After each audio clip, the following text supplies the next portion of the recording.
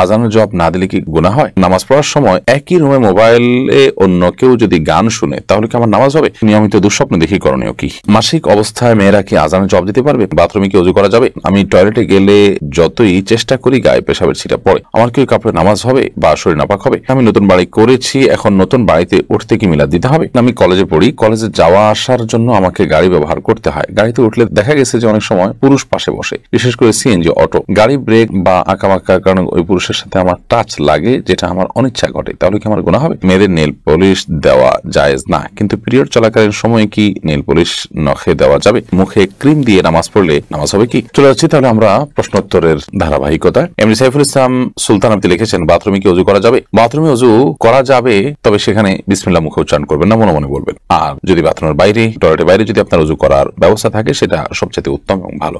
মাহনাজ আখতার আপনি লিখেছেন, মাসিক অবস্থায় মেয়েরা কি আজানের জবাব দিতে পারবে? পারবে। মাসিক অবস্থায় আজানের জবাব দেওয়ার কোনো অসুবিধা নেই। দুরুদ, জিকির, দোয়া, এগুলো সবগুলোই আপনি মাসিক অবস্থায় করতে পারবেন। দিনী উপযোগ পড়া ইত্যাদি আপনি করতে পারবেন। সকাল সন্ধ্যা এআইডি থেকে আপনি লিখেছেন, নামাজ পড়ার সময় একই রুমে মোবাইলে অন্য কেউ যদি গান শুনে তাহলে কি আমার নামাজ হবে? আপনার নামাজ তো হয়ে যাবে কথা মানে আক্ষরিক ভাবে, কিন্তু আপনার নামাজের মনোযোগ নষ্ট হয়ে যাবে। সেজন্য নামাজের মনোযোগ নষ্ট হতে পারে এমন কোন জায়গায় আসলে নামাজ পড়া উচিত নয়, জায়েজ নয়। যিনি এই কাজটি করছেন তার জন্য এটি জায়েজ হবে না যে তিনি একজন নামাজি ব্যক্তি নামাজে ডিস্টার্ব করছেন, তার নামাজের ভিতরে মনোযোগ নষ্ট হতে পারে এমন কোন কাজ করছেন, সেটি করা তার একেবারেই অনুচিত কাজ। এরপর সুমাইয়া আক্তার লিখেছেন, নিয়মিত দুঃস্বপ্ন দেখি করণীয় কি? দুঃস্বপ্ন বলতে যে স্বপ্ন দেখার পর আপনি ভড়কে যাচ্ছেন, ভয় পেয়ে যাচ্ছেন, এটা শয়তানের দেখাতে পারে, ব্ল্যাক ম্যাজিক গ্রাউন্ড হয়ে থাকে। সেজন্য আপনি রুকিয়া করবেন, ঝাড়ফুঁক করবেন এবং কোরআন কারীমের তেলাওয়াত বেশি বেশি করে করবেন, বিশেষ করে যেগুলো রুকিয়ামূলক সেগুলো শুনবেন বেশি বেশি করে। আর যদি আপনার কাছে অর্থবহ স্বপ্ন মনে হয় যে আপনি বা মানে কোনো বাজে কোনো ইঙ্গিত পাচ্ছেন, তাহলে সেক্ষেত্রে আপনি আল্লাহর কাছে পানা চাইবেন। আল্লাহ, আমি এই স্বপ্নের থেকে, মন্দ দিক থেকে, ক্ষতিকর দিক থেকে আপনার কাছে পানা চাই, আল্লাহর কাছে ইস্তেগফার করুন, পানা চাবেন, ইনশাআল্লাহ যথেষ্ট হবে। ফেরদৌস আহমেদ প্রধান আপনি লিখেছেন, স্ত্রীর মাসিকের সময় রাতে একসাথে ঘুমানোর পর কি সকালে ফজর নামাজ পড়া যাবে?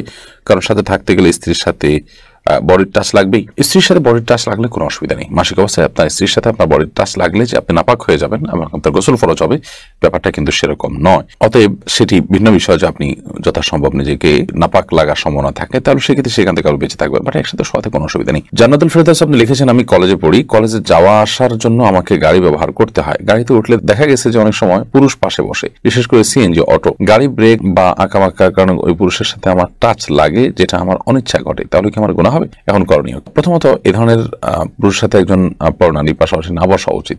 হাতে ব্যাগটা কোনো কিছু থাকলে সেটা মাঝখানে দিয়ে দেওয়া দরকার, তাতে আপনি বেঁচে থাকতে পারেন। এইটুকু অন্তত আপনার চেষ্টা থাকা উচিত। এবং অনিচ্ছাকৃত এরপরও যদি ব্রেকের কারণে টাচ হয়ে যায়, তাহলে সেক্ষেত্রে ইনশাআল্লাহ গুনাহ হবে না, কিন্তু নিজের সর্বোচ্চ চেষ্টা থাকতে হবে যাতে করে পর্দার খেলাফ না হয় এবং তার শরীরে স্পর্শ না হয়। উর্মি ইসলাম এডি থেকে আপনি লিখেছেন, সেলাই কাজ করি, অনেক সময় কিছু কাপড় থাকে সেগুলো ফেলে দেই বা রেখে অন্যদের কম কাপড় হলে ব্যবহার করি, ক্ষেত্রে গুনাহ হবে কি? ছোটখাটো কাপড়ের টুকরো যদি বের হয় তাহলে সেক্ষেত্রে এটার কারণে কোনো গুনাহ হবে না।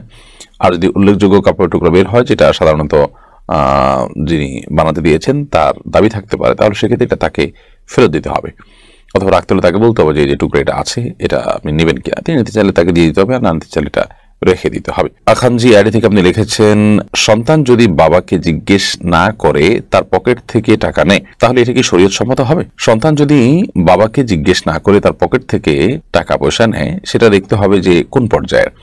যদি সাধারণত ধরুন তার স্কুলে যাওয়ার পথ ভাড়া, তার প্রয়োজনীয় খরচের টাকা, যেটা সাধারণত সচরাচর বাবা তাকে দেয় এবং সে নেয়, বাবা জানে, কিছু বলে না, সে অতিরিক্ত নেয় না, এরকম একটা ব্যাপার স্যাপার বোঝাপড়া তাদের মধ্যে থাকে, তাহলে সেক্ষেত্রে অসুবিধা নেই। আর যদি এরকম বোঝাপড়া না থাকে, তাহলে সেক্ষেত্রে এই টাকা নেওয়ার পর তিনি লুকিয়ে নিচ্ছেন, তার বাবা জানলে রাগ করবেন বা অনুমতি দিবেন না, এরকম হলে সেক্ষেত্রে বাবার পকেট থেকে টাকা নেওয়া জায়েজ বা তার জন্য বৈধ হবে না।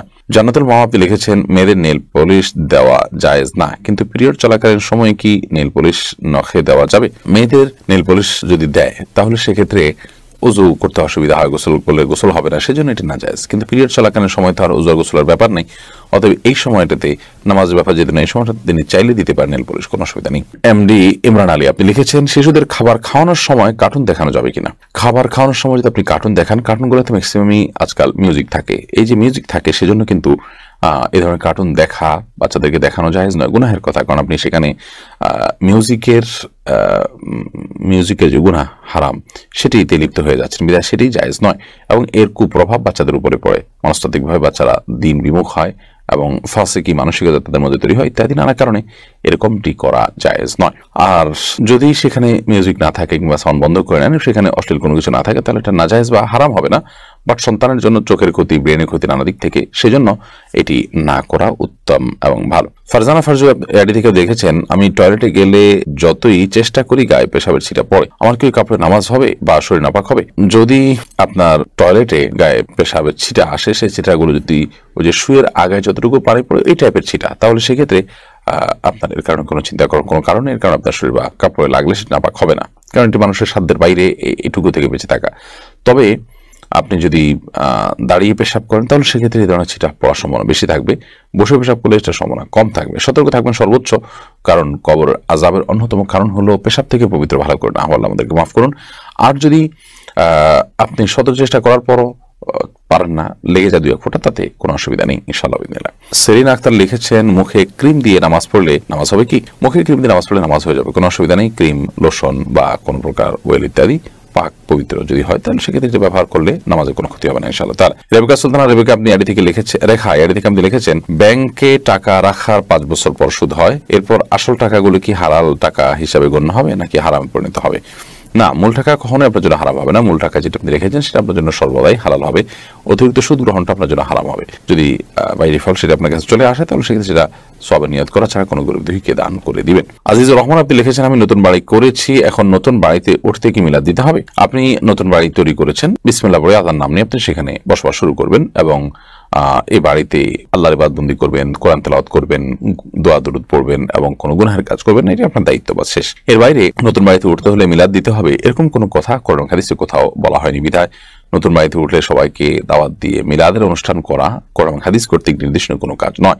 তবে আপনি এমনিতে আত্মীয়স্বজন দাওয়াত দিয়ে খাওয়াচ্ছেন, আনন্দ করছেন বা উদ্বোধন করছেন সবাইকে নিয়ে, সেটি একান্ত আপনার ব্যাপার। কিন্তু যখন আপনি মিলাদ দিচ্ছেন, সেটা ইসলামের ব্যাপার হয়ে যাচ্ছে। ইসলামের ব্যাপার যখন হয়, তখন ইসলামে যদি নির্দেশনা না থাকে, তাহলে সেক্ষেত্রে ইসলামের ব্যাপার বানিয়ে নেওয়া এটা হলো রীতিমতো বিদআত এবং গুনাহের কথা। আফসানা ইমরুদ লিখেছেন, মহিলাদের শারীরিক সমস্যা থাকার কারণে পিরিয়ড 5 দিনের দিন মনে হয় ভালো হয়ে গেছে, কিন্তু নামাজ পড়ার পর দেখা যায় সমস্যাটা আছেই। কোনো কোনো সময় 6-7 দিনও থাকে। অবস্থায় করণীয় কি? যদি প্রায় এরকম হয়, আপনার দিন ফিক্স না থাকে, তাহলে সেক্ষেত্রে সামান্য সময়ের জন্য গ্যাপ হয়ে যদি আবার শুরু হয়ে যায়, তাহলে সেটা মাসিক হিসাবে গণ্য হবে। আর যদি আপনার দিন ফিক্স থাকে, এরপরে হঠাৎ করে অনেক পরে, একদিন পরে, আধা দিন পরে আবার দেখা যায়, তাহলে সেক্ষেত্রে রোগ হিসাবে গণ্য করবেন এবং আপনি নামাজ কন্টিনিউ করবেন। এরপরে ইয়াহিদ আহমেদ আপনি লিখেছেন, আজানের জবাব না দিলে কি গুনাহ হয়? আজানের জবাব 2 ভাবে হয়। একটা হলো আজানের জবাব হয় মৌখিক ভাবে, আর হলো আজানের জবাব হয় প্রকৃত ভাবে, অর্থাৎ সরাসরি শারীরিক ভাবে।